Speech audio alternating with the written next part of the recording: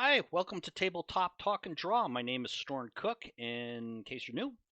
This is a video series where I draw characters, hopefully giving some tips to aspiring artists and maybe even experienced ones. I also talk about how visuals can breathe life into characters, especially tabletop, because I believe there's a lot of overlap between drawing and making characters. I have been a bit remiss in not expressing what I want my channel to be. I want it to be helpful. So if you have a question or two about art techniques or a comment on gaming, please drop me a line or two in the comments section below. I'm small enough that I can respond to lots of inquiries. Even if you want constructive criticism on your art, I'd be happy to do that. Maybe I could even do a video on that if you were willing to supply me with the artwork. Hit me up. I want to help and maybe just entertain you a little bit. Today, I'm drawing a private commission for Michael M. This is Justin of Amber. He's an NPC. What is a bit different is that Michael requested a pen and ink drawing, not a full colored piece like I usually do digitally. I haven't done traditional pen and ink in years. I do digital inking all the time, but not like actually pull out the quill and the brush and dip it in Indian ink and away I go. So let's see how I do. And this is just in time for Inktober. Now let's get on with it. So I did the pencils and I recorded them, but I had technical issues and I couldn't get to the recording in a good enough shape that so we're starting right here at the inking. Now, the important thing to know about pencils is that they have to be very clear. They're either black or white. You know, that shape is or line is either black or white, especially if you're penciling for someone else who's going to come and ink it, like in a comic book situation. When you pencil for yourself, you are making notations for yourself and you have a little bit more leeway. So you can shade and go, oh, I know I'm going to feather or crosshatch in that shading. But for this purposes, and also because I was really rusty, I tried to be extremely clear with my pencils, and I'm trying to show you guys how that's done. Um, you'll notice occasionally that my brush is very up and down, like totally vertical. I learned that technique from Gary Martin's Art of Comic Book Inking. A great book, by the way. I'll try to remember to put that in the description, the link to that. Right there, you see that happen. And that gives me a lot of control for thick to thin.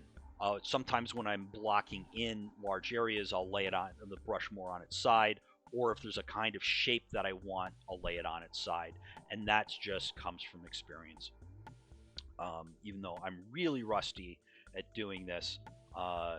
Yeah. So I should read for you what Michael sent to me. So Michael M. Said that his name is Justin, no last name. If you're familiar with Roger Zelazny's Chronicles of Amber, then Justin is a character, an NPC, that appears in all my Amber games, and he's a manifestation made from the tree Yig, which seems to be the center of the shadow. If I butchered the pronunciation of the Nordic Yig, I'm sorry. If you're not familiar with Amber, I really don't want to drop spoilers, and I highly recommend it to read. I did read it many years ago as a kid, and it was enjoyable. Yeah.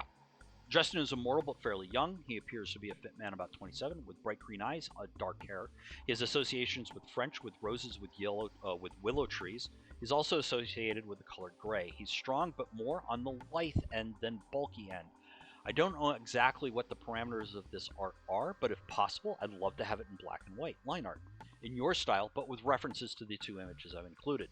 These are trump cards from Amber showing two characters related to Justin, Corwin, who is his father in quotes, and Merlin, who is his brother in quotes.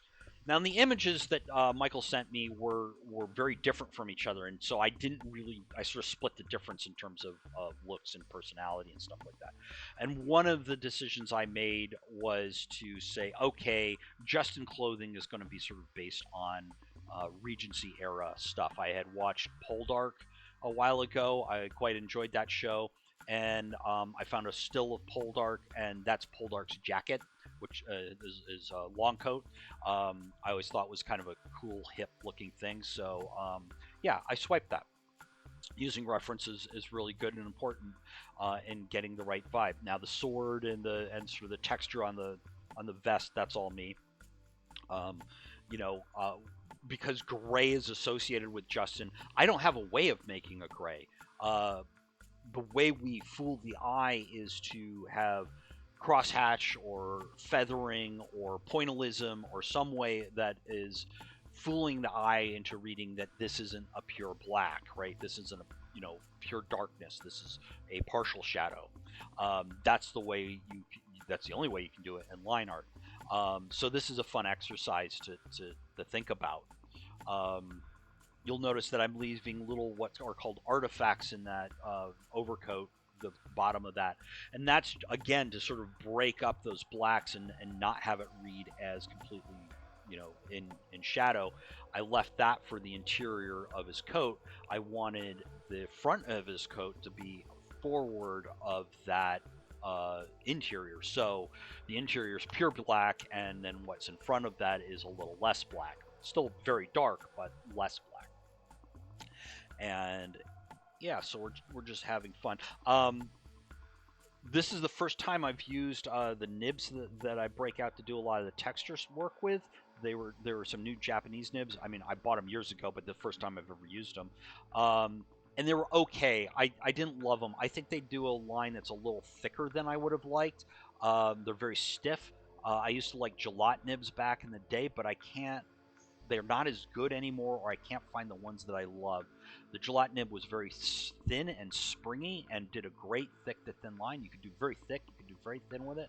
And one nib, their disadvantage was that they broke very easily. And I had about 20 nibs at the beginning of art school, and that I found and bought at an old art supply store.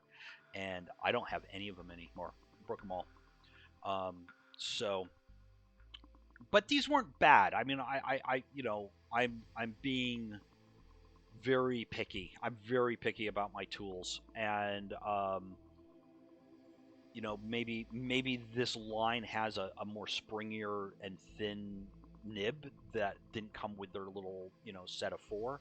So if anybody knows of great nibs that they love that are springy, let me know. Put a comment in the comment section. If you have a question about inking in particular, let me know. Here we are, pretty much at the end point.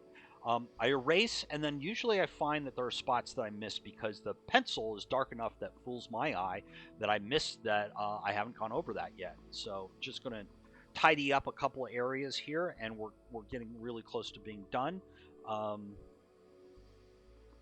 You notice I rotate my page all the time. That's just to make it easier on my wrist. You got to find out what works for you. So there you have it. Oh, I saw one more spot. I want to make the sword pop a little bit more. That's it. Thanks. So there you have it. So the artwork that I have now is from the actual scan. You'll notice that it's not quite as distorted. The legs looked a little short when I was drawing and inking on the table. That's because the camera will distort things. The scanner is much more accurate, so just be aware of that. This is Justin of Amber, and if you enjoyed this, please smash that subscribe button. Give this video a like too. That helps me out a ton. Let me reiterate, I'm here to help with game art, so if you have a question or a comment, please leave one in the comments. I would be happy to help. I'll be sure to have more of these contests in the future for free character drawings, so keep an eye out, and thank you for watching. Keep on keeping on.